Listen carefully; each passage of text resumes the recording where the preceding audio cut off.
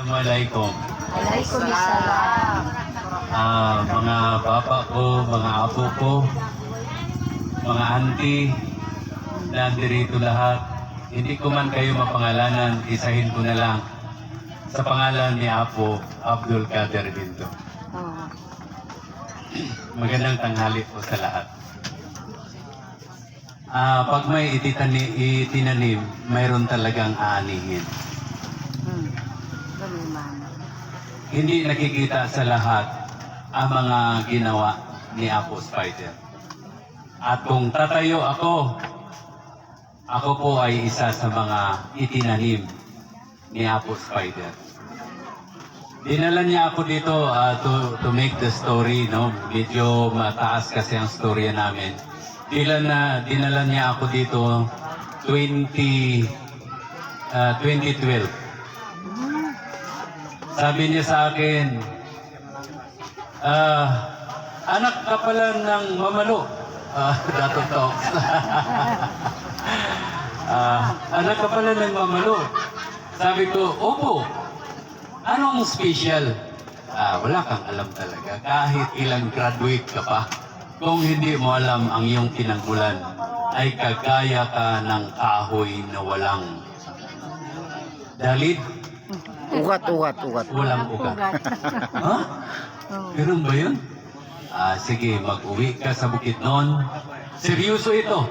Kasi nag-usap kami 2 gabi, 1 araw. One-on-one.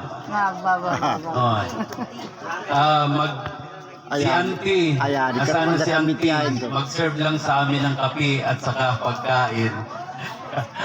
Doon kami sa bahay niya doon sa Mitsayap, sa Kiwanan. Alam niyo, makikita niyo ang mukha ko parang hindi ako nalungkot. Ang totoo niyan, nawala talaga sa akin. Halos kinabunan ako ng mundo.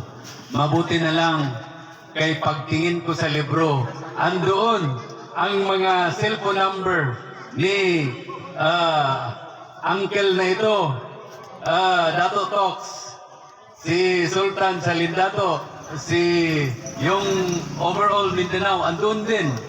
Opo. Sabi ko, ito pag-asa. Pero, nung patuloy akong nag-iisip, ikikwento ko muna sa inyo itong nangyari sa amin. Seryoso talaga ang sabi ni Apo sa akin, umuwi ka sa Bukidnon. Hintayin mo ako.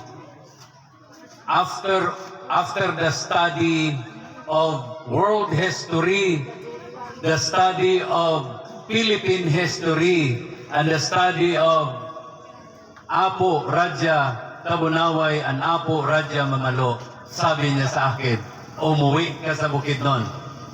Sabi niya sa akin, hintayin mo ako doon. Matagal, 2012. Napunta ako sa Bukidnon, 14, nagtrabaho na ako sa company, 14, 15, 16, 17, 18. Lumabas lang ako sa company bilang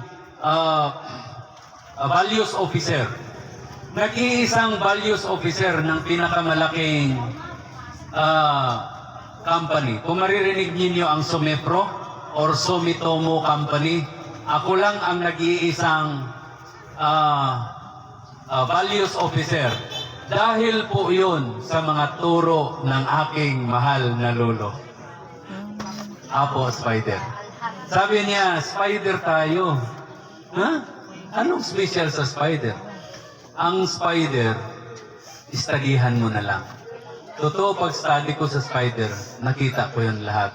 Connections are very important. Connections means life. Nabigla talaga ako. Sa pamamagitan ng kapatid natin na pastor, dito, hinatid niya at doon niya, pinuntan niya talaga doon sa Nabaliwa. Nag-usap kami ni Apo doon. Pero sabi niya, hintayin mo ulit ako kasi babalik ako. November of 2025, bumalik siya.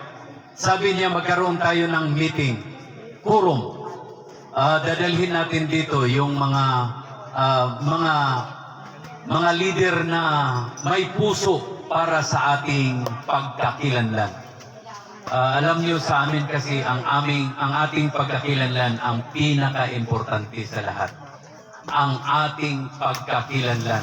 Kung importante sa iyo na pinangalanan kayo ni King Philip, sa amin, X na yon. Sa amin, mas mahal namin ang aming mga ninuno kaysa sa pangalan na ipinangalan sa amin ilang bisis na nalata ang katawan niya sa lupa hanggang ngayon. Pag-aari niya pa rin ang Luzon, Visayas at Mindanao. Ganyan ang sakit sa puso ko. Pero, dating si Apo doon, sige, biyahe tayo. Nagpunta kami sa Cotabato. Nakuha na namin si Dato Tox. Dato, saan tayo doon? Sabi ni Sultan, ano mayroon? Bakit ganito? So, in-explain ni Apo. Ganun ba? Sabi niya. Kung ganun, akin ang decoration. Mayroon ng decoration na agad? Bakit? I-intron ka. Hindi ganyan ang pangarap ko. Ang pangarap ko ay tulungan lang ang mga dato dito sa community. Sige, sino na ngayon ang gusto mong mamuno? Yung walang alam sa iyong kasarinlan, walang alam sa kultura, at walang alam kung sino si Apo Tabunaway Mamalo. Yun, napaisip talaga ako. Malalim talaga ang tanong ni Apo sa akin. Kaya, sabi ko, anumang hamon, tatanggapin ko. Sabi niya, sa enthronement mo, ito na yung kopya. Iwan ko na. Ito na yung ano niya. Binilit na talaga, special talaga. Iniwan niya. Ito yung salual. Iwan ko na rin sa kasapatos. Sabi niya, kung mamatay man ako, ituloy mo ang laban. Doon, nasaktan ako. Huwag mong sabihin yan, Apo. Napakataas ang journey. Hindi pa tayo nakakalahati. Sabi niya, alam ng mga ninuno mo. Alam nila. Ang lolob namin na si Mindo, si Apo mo baka, at saka ako, alam namin kung kailan hanggan. Sasabihin na lang namin yan sa mga tao na ganyan, pero alam namin kung hanggan. Hindi man ako maniwala talaga. Hindi ako maniwala. Sabi ko, Apo, wag kang magsalita. Meron man siyang itinuro sa akin, merong babae doon na mamatay na parang kasin ko din pero malayo na. Meron mang itinuro si Apo sa akin, natulog na ang babae. Hindi na nakalingon, nakaganyan na. Pero may paminsan-minsan, tumitimok din ang puso. Sabi ni Apo, kaya mong kausapin yan. Sabi ko, ganun ba? Sige. Na-remember ko yung turo ni si Apo sa akin. Nakaupo ako doon. Hindi na ako nagsalita. Inisip ko na lang. Sabi ko, ikaw, huwag kang umalis sa katawan na yan. Kawawa yung mga anak niya, maliliit pa. Bumangon ang babae.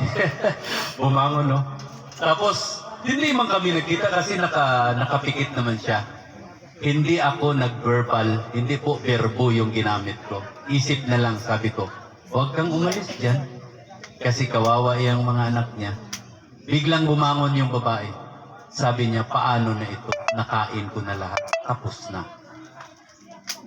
Ay, doon ako kinalibutan. Totoo sabi niya ako. Sige, baya ba?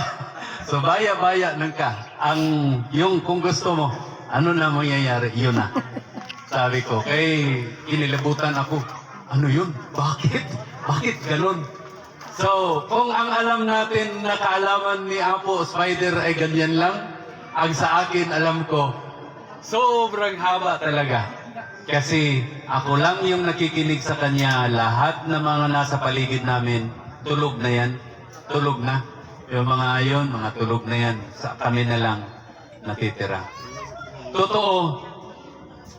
Dahil sabi niya yon, kinuha ko yung mga top elders namin. Kaya dinala ko itong uncle ko, Milvin Sugite. Yan ang uncle ko na kilala din sa buong Bukidnon para sa pagtayo sa lantong. Kumakanta pa si Apo doon. May bayok pa siya para sa lantong. Kaya, dinala ko siya dito. Naka-meet up din sila together with Dato Talks, marami tayo doon. Parang anim. Andun din si Dato Milvin Sugipit. Dinala ko siya. Nung nakurom na kami, sabi nila, o sige, ilagay mo na yan lahat dyan. Yung mga yung mga dala ni Sultan sa Lindato, yung mga lahat ng mga gamit, ilagay mo, kay mag-ulaging tayo. So nag-ulaging kami, 25, 26, 27. Kasi sinunod ko yung sabi ni Apo Spider, kahit anong mangyari, ituloy mo. Kaya, I am happy to report to Dato Talks, yung preliminary po na pagpaupo sa akin bilang Raha Mamalo ay tapos na po. Yung doon po lamang sa aming clan. Sa clan namin, kay nahiya man ako mag-invite sa iyo tapos yung makaharap mo yung sa clan lang. Maliit pa siya. I am hoping to be with you pagdating ng panahon na kasama na natin yung lahat ng mga Highlander, yung mga top official ng Highlander doon sa Bukidnon. Itinayo ko na yung turugan. Hindi ako makapakita sa inyo ng picture pero mayroon tayong turugan doon sa Raja Mamalo. Mayroon na din po tayo doon yung mga gamit ng mga ninuno natin. Kung gusto niyo makita yung gantangan na andoon, doon na din.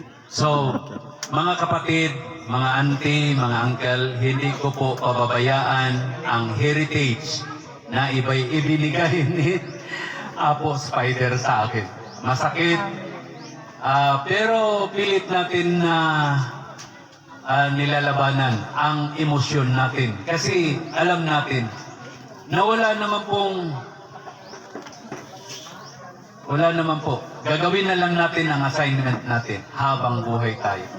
Kagaya po ng ating matanda, si Apo Spider, nagawa niya po. Itinanim niya ako kung may bunga man sa darating na panahon, yun ay dahil naghirap siya talaga.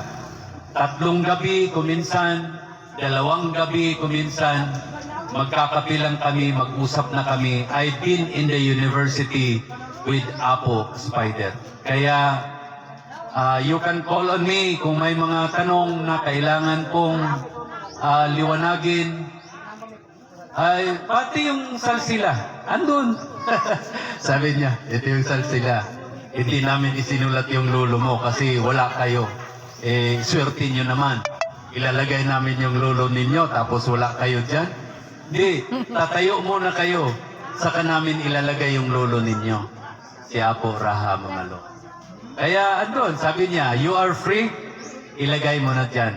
Si Sultan Michael, sabi niya, ilagay mo na ang pangalan ng lolo mo kasi nakalinya yan dyan.